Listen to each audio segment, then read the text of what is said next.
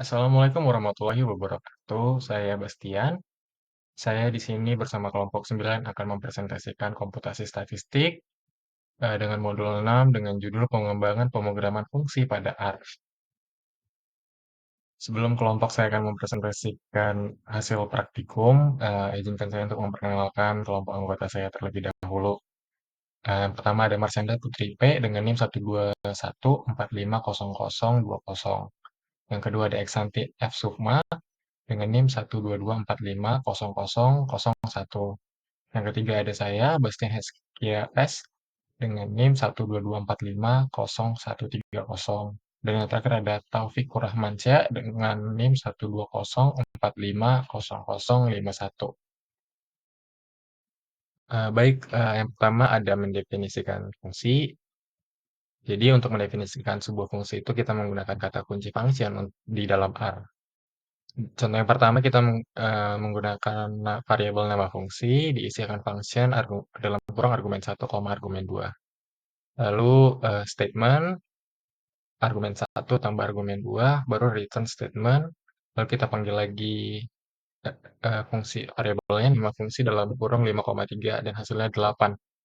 Ini tuh kenapa bisa hasilnya 8? Karena di statement itu akan membuat fungsi di mana argumen pertama akan ditambah dengan argumen kedua. Lalu nilai statement, variabel statement yang sudah diisi dengan pertambahan argumen 1 tambah argumen 2 akan dikembalikan ke function.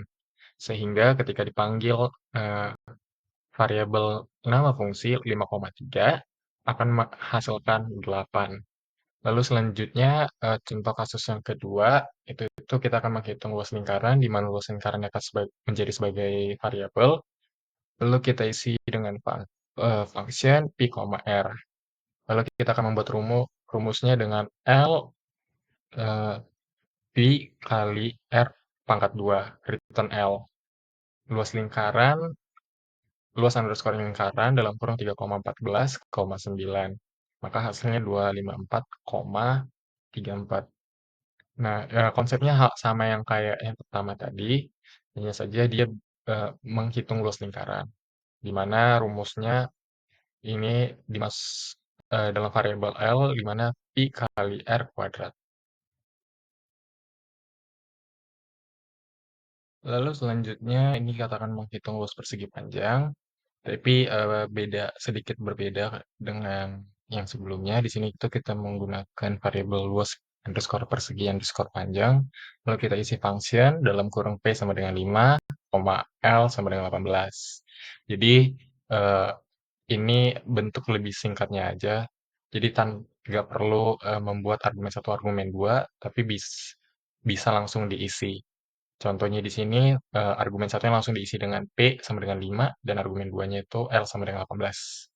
Lalu dikembalikan dalam return dalam kurung P kali L. Ini tuh mengembalikan fungsinya sekaligus menjadi rumus dari luas persegi panjang. Lalu luas persegi panjang kita panggil. Nah, di contoh kasus sebelumnya, luas persegi panjang itu kita panggil lalu kita isi dengan argumen 1 dan argumen 2. Nah, di kasus ini kita tidak perlu lagi untuk mengisi argumennya karena udah di variabel luas persegi panjang udah diisi argumennya. Jadi hasilnya akan menjadi 90. Baik, selanjutnya fungsi rekursif. Fungsi rekursif ini itu adalah fungsi yang untuk memanggil dirinya sendiri secara terus-menerus. Nah, di sini tuh kita menggunakan contoh fungsi rekursifnya itu salah satunya itu adalah faktorial. Di sini tuh faktorial sebagai variabel kita isi dengan function n. Lalu kita membuat kasus basisnya jika n sama dengan 0 maka return 1 dikembalikan 1.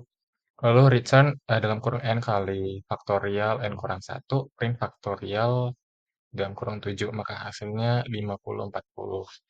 Nah, Eee, jadi, dalam kasus basis ini, terdapat kondisi kita membuat kondisi jika n-nya itu sama dengan 0, eee, fungsi akan mengembalikan nilai 1. Nah, jadi, fungsi kasus basis ini tuh untuk menghentikan rekursi dalam matematika faktorial dari 0 adalah 1. Sehingga, nanti, eee, titik titik di mana rekursif berhenti. Lalu, maka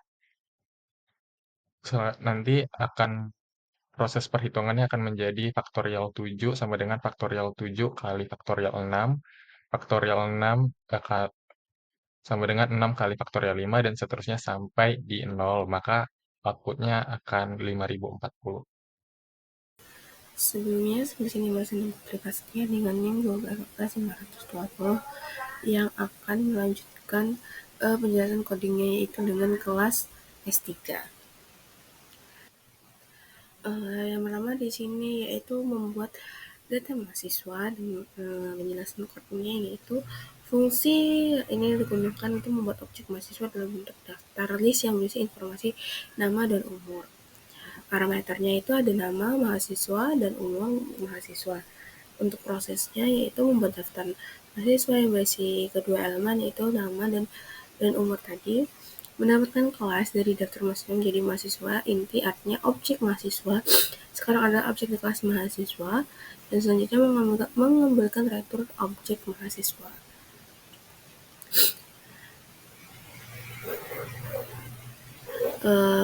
Selanjutnya yaitu untuk parameternya itu ada P objek mahasiswa untuk dicetak, atau proses itu untuk menggunakan cat untuk menampilkan nama dan umur, dan objek P yang merupakan objek mahasiswa. P dolar nama yaitu mengakses dengan elemen nama objek P. P dolar umur mengakses elemen umur dari objek P.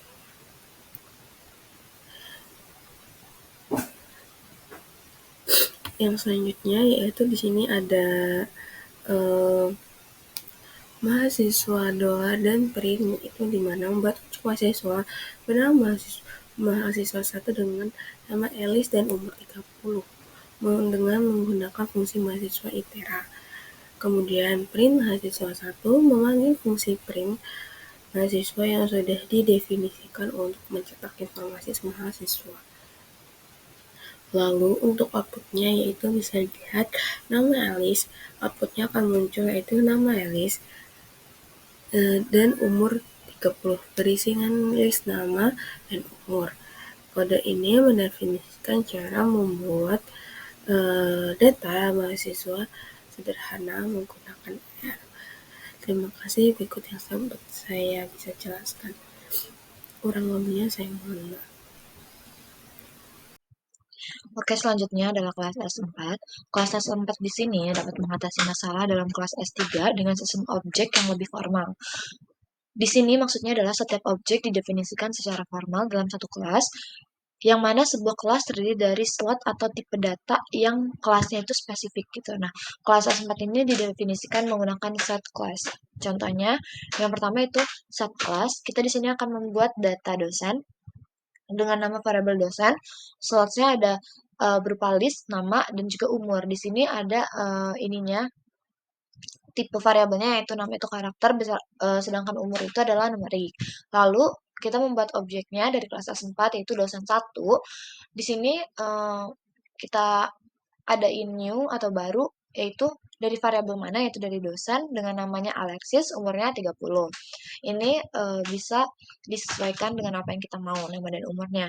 Lalu yang ketiga yaitu menulis metode untuk kelas dosen. Nah, menggunakan inisiasi set method, yaitu yang pertama menggunakan show dan juga dosen, terus himbau function object, lalu nanti cat ini berguna untuk ngeprint nama, terus di S4 ini perbedaannya dengan S3 yaitu S4 menggunakan add sebagai pengambilannya gitu, kayak misalnya nama yaitu objek add nama. Nama ini variabel yang tadi kita deklarasikan. Lalu untuk umur yaitu objek add umur. Sedangkan kalau di S3 tadi menggunakan dolar. Lalu untuk memprintnya kita menggunakan memanggil dosen 1. Oke, selanjutnya kita masuk yang bagian terakhir yaitu bagian kelas R6. Jadi kita langsung masuk saja ke kodenya. Di sini ada peserta, terus itu tanda panah R6 kelas. Nah, di sini nih kita akan mendefinisikan sebuah kelas, yaitu nama kelasnya itu peserta, dan di sini kita menggunakan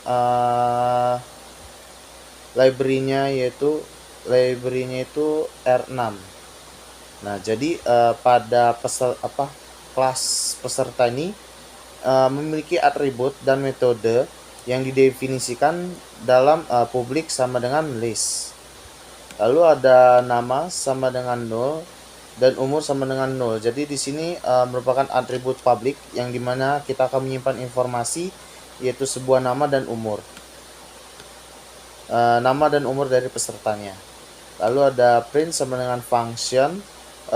Di sini ini merupakan metode untuk menampilkan informasi dari nama dan umur yaitu dari pesertanya.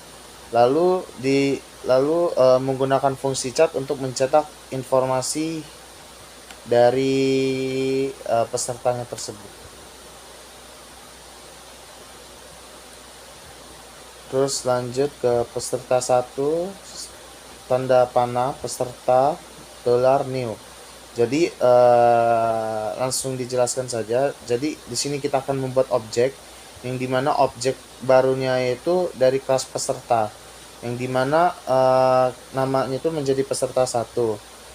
Lalu ada nama, Alice, dan umur itu merupakan data dari peserta satunya. Lalu di sini kita akan print dari peserta 1 sehingga nanti muncul namanya itu nama sama dengan Alice dan umur sama dengan 22 seperti yang kita masukkan pada peserta 1 yang di atas. Lalu kita akan mengubah nilai umurnya. Jadi peserta 1 $umur tanda panah 27. Jadi di sini kita akan mengubah nilai atribut umurnya yaitu yang dari peserta satunya yang dari umur 22 menjadi umur 27.